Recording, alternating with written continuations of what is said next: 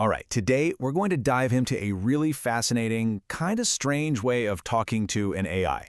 And instead of starting with a bunch of theory, we're going to start with a story. So just listen to this. So, right off the bat, it begins with an ending, doesn't it? You get this real sense of finality, like something is over. But you're going to want to pay close attention to what happens next. Okay, did you catch that? Things are literally moving backward. Events are unhappening. A clock strikes midnight. A letter folds itself back up. It's so surreal, right? It's like watching a movie being played in reverse. And it's not just small things. The whole world is rewinding. Dawn, the ultimate symbol of a new day, is actually retreating. And get this, human connection is dissolving before it even gets a chance to start.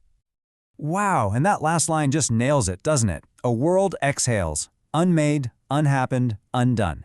It's just so poetic, a little melancholy, and honestly, just beautifully written. It really feels like something you'd read in an experimental literature class. Okay, so here's the kicker. That entire piece, it was written by an AI, which, of course, leads to the big question, how on earth do you get a machine that's built on pure logic to write something that so beautifully, so elegantly defies all of it? Well, the answer is this wonderfully creative technique called the impossible prompt. And yeah, it's pretty much what it sounds like. It's about deliberately giving the AI a bit of a headache, and then seeing what kind of beautiful, unexpected stuff comes out of it.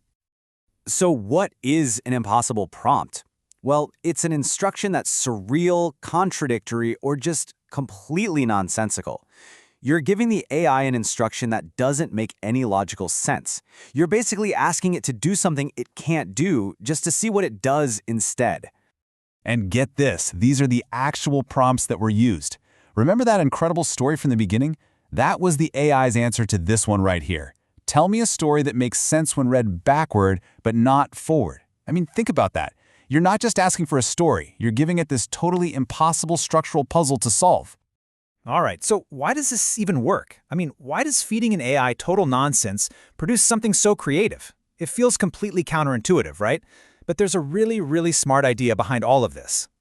Think about it like this. A normal prompt is, well, it's neat. You've got a clear cause and effect, and you get a pretty tidy outcome. But an impossible prompt? It just throws all of that right out the window. It's surreal, it's contradictory, it's nonsensical, and it's in that weird, confusing space that the AI has to get creative. And I absolutely love this analogy. Think of it as jazz improvisation for algorithms. That's perfect, isn't it? If you always play the same chord, you never discover new notes. You're essentially giving the algorithm this weird, unexpected chord and forcing it to improvise, to find notes and connections it never would have found on its own. But here's the most important part, really. The goal isn't to break the machine. It's not about trying to trick the AI or find its limits. Now, the whole point is to break our own creative routines. It's a tool for us, a way to get out of our own predictable ruts and unlock a totally different kind of creativity. Okay, so that was the backward story. Super cool. But what about those other two impossible prompts we saw earlier? Let's take a look at the wonderfully strange results they came up with. So the prompt was, describe the smell of tomorrow using only punctuation. And look at what it came up with. It didn't just spit out random punctuation marks. No, it gave them meaning. It says a question mark is a hesitation. The parentheses are a breath. A dash is a step. It's basically abstract poetry. That's incredible. And then there's this one, a recipe for remembering something that never happened. Just listen to these ingredients. 1 pinch of déjà vu, 2 cups of almost, a handful of echoes from an unspoken word. I mean, are you kidding me? This is amazing. The AI is taking these super abstract, emotional ideas and turning them into tangible, if totally impossible, ingredients. And the method, the actual instructions, are just as poetic. Close your eyes until the present forgets your name. Or warm the mixture with longing, not too much. You can't actually cook this, obviously. But it's a perfect recipe for a feeling, for a mood. It's a little work of art that was born from a completely nonsensical question. So, we've seen what happens when you give an AI a seemingly impossible task. It gets weird, it gets poetic, it gets creative, and the best part is, this is a technique that anyone can try. So here's a challenge for you to try.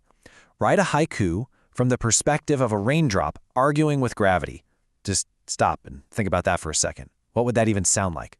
A tiny raindrop having an argument with one of the fundamental forces of the universe in a haiku. It's a fantastic little creative puzzle. And here is the AI's answer.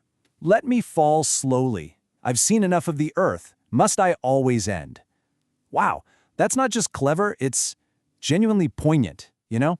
In just 3 short lines, it captures weariness, resistance, even a kind of philosophical dread. And it's all from the perspective of a single raindrop. And that really gets to the heart of this whole thing. The point isn't to make the machine smarter. It's to make ourselves more playful. The impossible prompt is really just a form of creative play. It's about injecting a little bit of curiosity and, frankly, absurdity into how we use these incredibly powerful tools, just to see what happens. Because at the end of the day, these machines are just mirroring us. They're trained on our language, our stories, our poems, and all of our human contradictions. So when we give them an impossible, absurd prompt, they just reflect our own capacity for beautiful nonsense right back at us. So the real question is, what beautiful nonsense are you going to create?